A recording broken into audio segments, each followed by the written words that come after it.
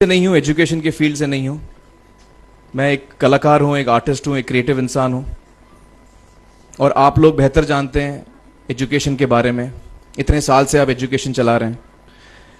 पिछले कुछ साल से मेरा अनुभव हुआ है, चूंकि मैंने कुछ फिल्में की हैं। एक फिल्म थी तारे ज़मीं पर, और अभी हाल ही में मेरी जो फिल्म आई है 3 इडियट्स, ये दोनों फिल्में एजुकेशन के टॉपिक पर हैं।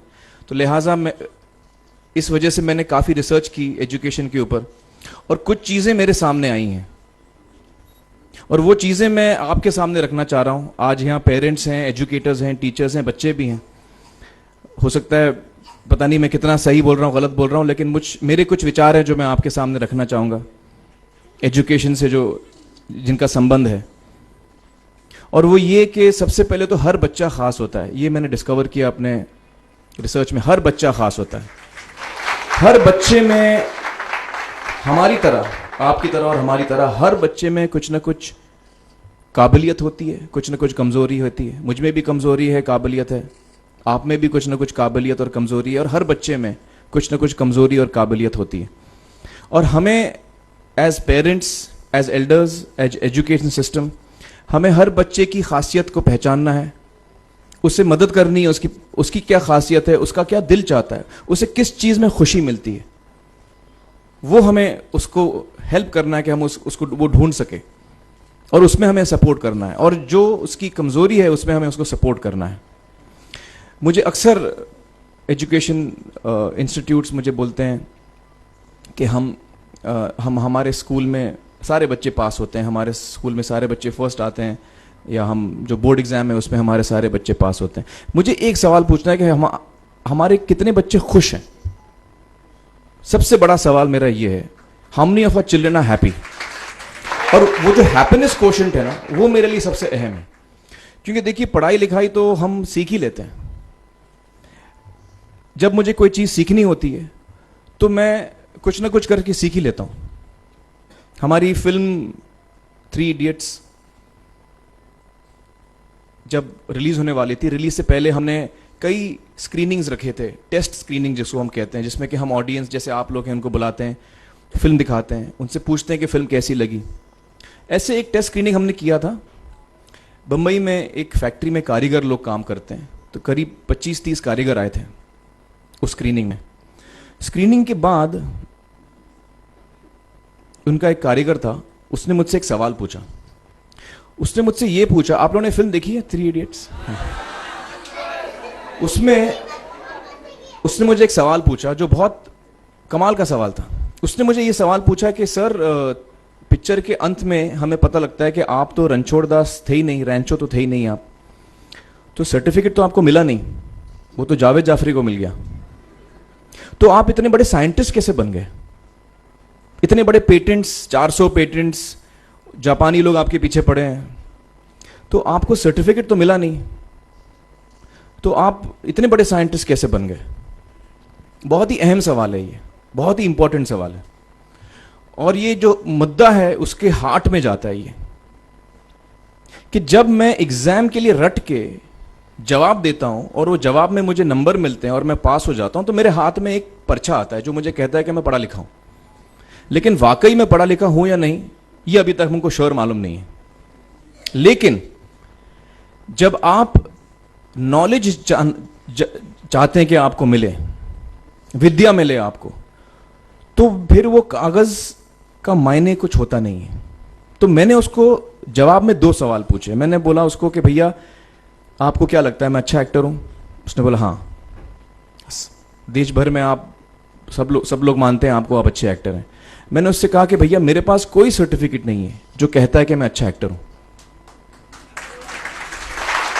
मेरे पास कोई कागज नहीं है जो मुझे बोलता है कि मैं अच्छा एक्टर हूं। मैंने फिर उससे एक सवाल पूछा कि मैंने सुना आप बहुत अच्छे कटर हैं, आपके जो बॉस मुझे बताते हैं कि आप उनके मेन कटर हैं और आपकी बड़ी इज्जत करते हैं वो। आपके पास कोई पर्चा है, सर्टिफिकेट है जो मुझे बताता है कि आप कटर हो? उसने बोला नहीं सर। तो मैंने बोला आपका जवाब आपको इधर ही मिल गया। Education is beyond marks, education is beyond grades, education is what you learn. और मेरी इच्छा है कि हिंदुस्तान में हम एजुकेशन को इस नजरिए से देखें कि हम अपने बच्चों को वाकई शिक्षा दें। और शिक्षा हम खुशी से दें, क्योंकि शिक्षा में सिर्फ ज्ञान नहीं होता, शिक्षा में एक और चीज मिली हुई होती है, वो ये है कि हम अपने बच्चों को डेवलप करते हैं एज ह्यूमन बींग्स।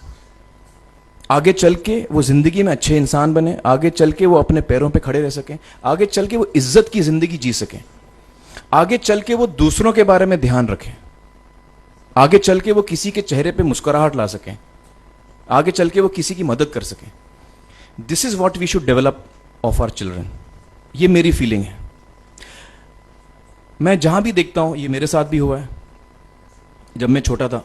जब से हमारे बच्चे छोटे होते हैं, जब से बच्चे पैदा होते हैं, बच्चा घर आता है, हम बच्चे को पूछते हैं भाई मार्क्स कितने मिले, फर्स्ट आया कि सेकंड आया? वो बोलता है सेकंड। सेकंड आया तो अरे फर्स्ट नहीं आया, डांट पड़ती है उसको। जो बोलता है मैं 10th आया तो उसकी तो हालत ही बुरी हो जाती है। बच्चे को लगता है यार ये फर्स्ट आना बड़ा जरूरी है। उसको रेस में हम पूछते हैं तुम रेस में फर्स्ट आए कि सेकंड आए? में हम उसको बचपन से, जब से वो केजी लोअर केजी में होता है, जब लोअर केजी में रेस होती है, चमचा मुंह में लगा के उसमें नींबू डाल के भागते हैं। उसमें भी हम बच्चे को पूछते हैं अरे मेरा बेटा फर्स्ट आएगा, ला, ओ बेटा मेरा फर्स्ट आना, मतलब पेरेंट्स चिल्ला रहे हैं बेटा भागो, मतलब नींबू लेके भागो। तो उसमें होता क्या है कि बच्चे को लगता है कि यार ये बड़ा जरूरी है। मेरे पेरेंट्स को हमेशा, मेरे पेरेंट्स मुझे एक ही सवाल पूछते हैं, मैं फर्स्ट आया कि नहीं। उसके जहन में ये बात बैठ जाती है कि मेरे को अव्वल आना है, मेरे को कंपीट करना है, मेरे को बाकी लोग से आगे निकलना है। टीचर्स भी यही सवाल उसको पूछते हैं आमतौर पे, मेरे साथ हुआ है। होता क्या है कि जब वो बच्चा 21 साल का होता है तो वो बड़ा सेल्फिश हो जाता है, और उसको सेल्फिश हमने बनाया, हमारे सिस्टम ने बनाया। वो अपने बारे में सोचता है और किसी के बारे में नहीं सोचता, क्योंकि यही हमने उसको ट्रेन किया बचपन से। बचपन से हमने उसको यही ट्रेन किया कि बेटा तुम पहले आना, बाकी सब लोग को भूल जाओ। तो जब वो नौजवान बनता है तो उसका नजरिया सोसाइटी की तरफ यही हो जाता है कि भैया मुझे आगे बढ़ना है, बाकी सब बाय हुक और by crook I must succeed, I don't care about anybody else.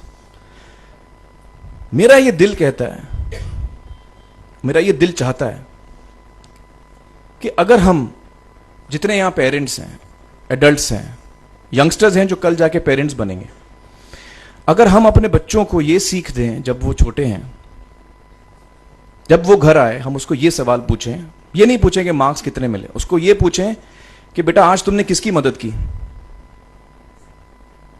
आज तुमने किसके चेहरे पे मुस्कुराहट लाई।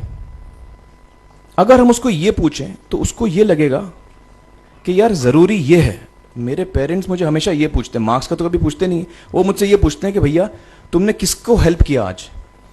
तो हेल्प करना लोगों को, लोगों के बारे में सोचना, लोगों के चेहरे पे मुस्कुराहट लाना, ये मेरे पेरेंट्स के लिए बड़ा इंपॉर्टेंट है। साइकोलॉजिकली वो इस चीज के साथ बड़ा होगा। स्कूल वही जाएगा, पढ़ाई लिखाई वही करेगा, वो उसका नजरिया थोड़ा बदल जाएगा। जब वो बच्चा नौजवान बनेगा, 21 साल का होगा, और सारे बच्चे उस उम्र के जब 21 साल के होंगे, हमारी सोसाइटी चेंज हो जाएगी। क्योंकि तब हमारी सोसाइटी में ऐसे नौजवान होंगे जो खुद के बारे में नहीं सोच रहे हैं, दूसरों के बारे में सोच रहे हैं। तो मुझे लगता है कि सबसे बड़ी चीज जो हमारे एजुकेशन सिस्टम में मैं देखना चाहूंगा, जो मैंने अपने स्कूल लाइफ में नहीं देखी, कि हमको ये अहमियत इस पे दी जा रही है कि हम अपने आसपास के बच्चों को कितना हेल्प कर रहे हैं। ये एक बहुत बड़ी तब्दीली अगर आ जाए तो मुझे लगता है कि हमारा देश बहुत सुधर सकता है, बहुत बदल सकता है।